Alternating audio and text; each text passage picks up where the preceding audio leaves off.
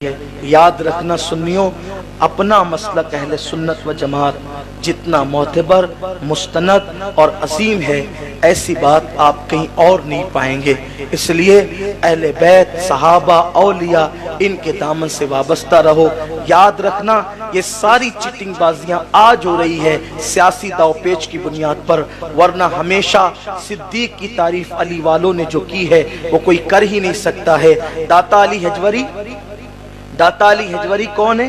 غوث پاک کہتے تھے اگر میرے دور میں داتا ہوتے میں ان کا مرید ہوتا۔ وہ داتا علی حجوری کشف المحجوب میں لکھتے ہیں نبی سے بہتر کوئی پیر نہیں اور ابو بکر سے بہتر کوئی مرید نہیں۔ علی کی اولاد صدیق اکبر کو یوں کہا یاد کرتی ہے، اس لیے ہمیں چاہیے کہ ہم صدیق اکبر و فاروق اعظم و عثمان غنی، مولا علی، صحابہ، اہل بیت سب کا احترام کریں۔ بس جاتے جاتے ایک نصیحت کے طور پہ بات یاد رکھنا، کبھی بھی کسی کے کہنے سننے میں آ کے صحابہ کی گستاخی نہ کرنا، صحابہ کی بے ادبی نہ کرنا۔ یاد رکھنا کہ اگر صدیق اکبر نے اہل بیت پہ ظلم کیا ہوتا تو مولائے کائنات نے کبھی بھی صدیق اکبر کے پیچھے نماز نہ پڑھی ہوتی۔ اگر صدیق اکبر نے اہل بیت پہ ظلم کیا ہوتا تو صدیق اکبر کی گھر کی بیٹی کبھی بھی مولا علی کے گھر میں نہ لائی جاتی۔ اس لیے یاد رکھنا یہ جو باتیں کہیں جاتی ہے یقیناً اس میں فراڈ ہے اور اس میں نقص ہے، اور ہمیں تو ہمارے حضور کی حدیث سے مطلب ہے، ہم کسی کی طرف کیا جائیں۔ کبھی صحابہ کی بے ادبی مت کرنا، اور خاص طور پہ صدیق و فاروق شیخین، ہر صحابی کی گستاخی پر وعید ہے، نہ فرض قبول نہ نفل قبول، لیکن ان دونوں کی خصوصیت ہے، خاص بات ہے۔ قاضی ایاز اپنی کتاب شفا شریف میں لکھتے ہیں، دل پہ لکھ لینا اس بات کو۔ قاضی ایاز شفا میں لکھتے ہیں ایک شخص جب اس کو موت کا وقت آیا اس کی زبان پہ کلمہ نہیں آتا تھا۔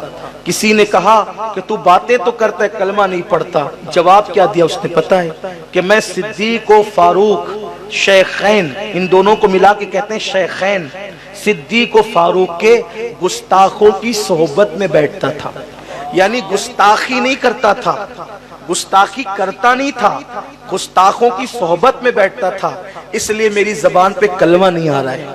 اس لیے کسی کی صحبت میں بیٹھنے سے پہلے سوچا کرو کہ میں بیٹھ کہاں رہا ہوں۔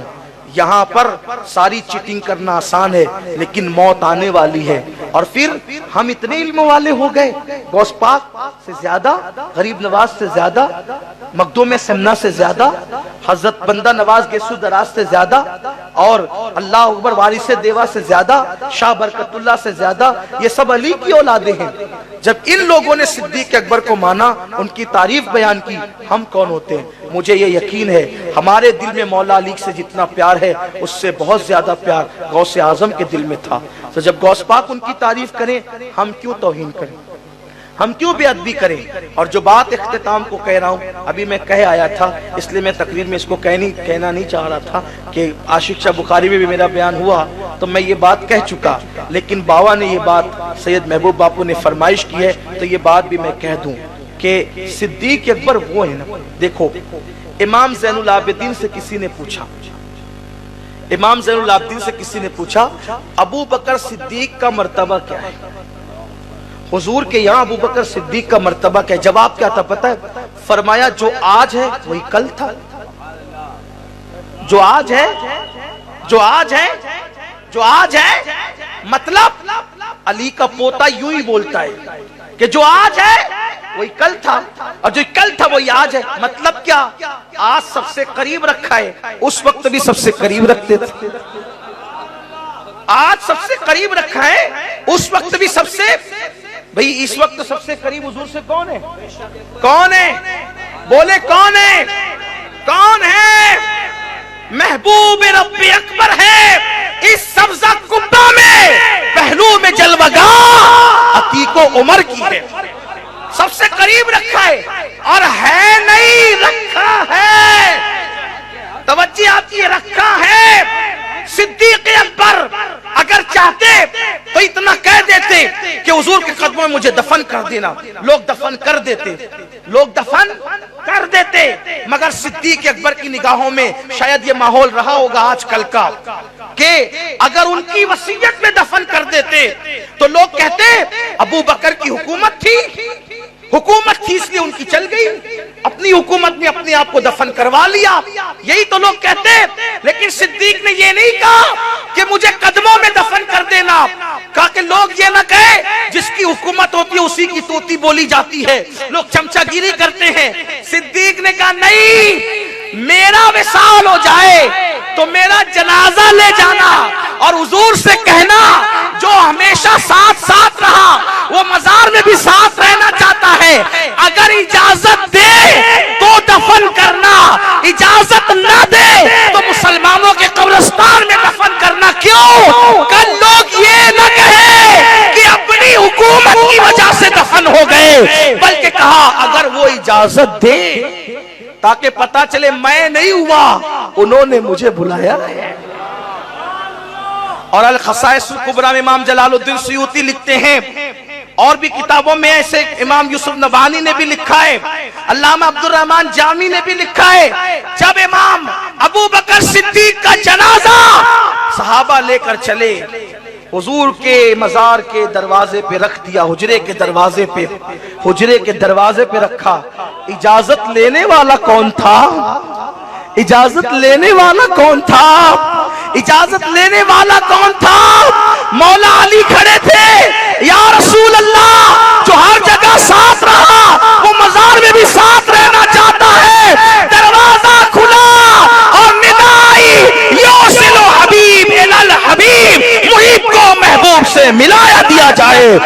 اور نام آتے ہی ابو بکر عمر کا لب پر، نام آتے ہی ابو بکر عمر کا لب پر کیوں بگڑتا ہے؟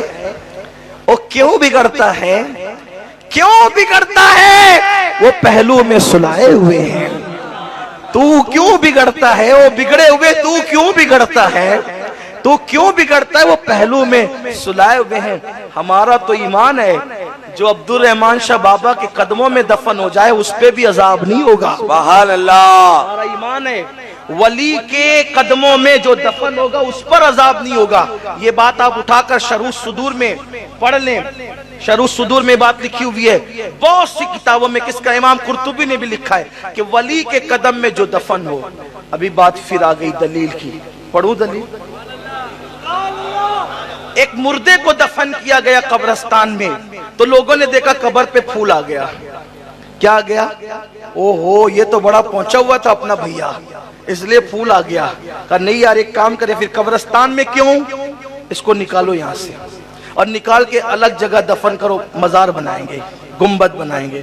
اب وہاں سے ہٹایا، اب وہاں سے ہٹا کے دوسری جگہ لے گیا تو دھواں نکل رہا تھا۔ اوہو وہاں تو پھول تھا، یہاں دھواں کیسے آ گیا؟ ایک مجذوب بزرگ آئے، فرمایا آپ کی اس میت کا کوئی کمال نہیں ہے، وہاں جہاں پھول آیا تھا نا ایک ولی کا مزار ہے، لوگ آپ کو نہیں پتا وہ مزار چھپ گیا ہے، اس کے بازو میں دفن ہوا تو عذاب کی بجائے رحمتوں کا نزول ہوا۔ اب وہاں سے جو ہٹا لیا تو اصلیت سامنے آ گئی کہ وہ پاپی تھا، اس لیے عافیت چاہتے ہو تو وہی لے کر کے چلو۔